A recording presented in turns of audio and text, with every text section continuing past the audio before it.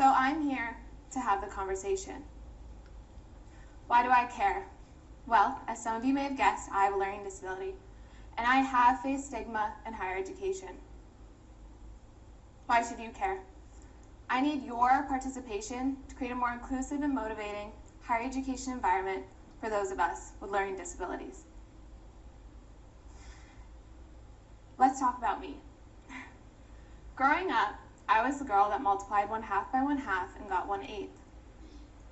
I was a little slow, and I sometimes had trouble having a conversation because I either forgot what you just said, what I just said, or what I was about to say.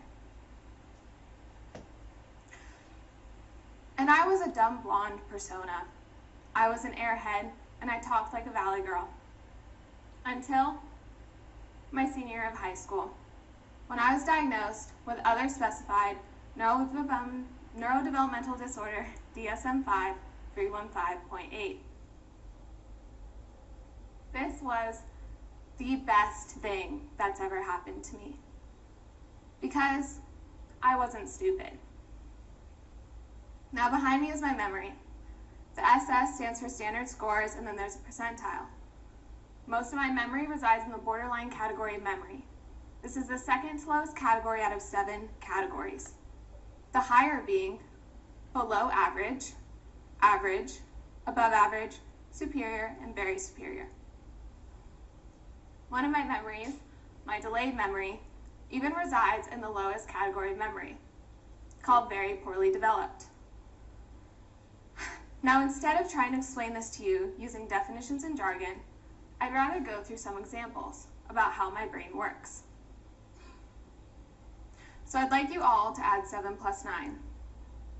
I'm sure you've done it. I haven't. And that's because I couldn't use my fingers. So this is how I count.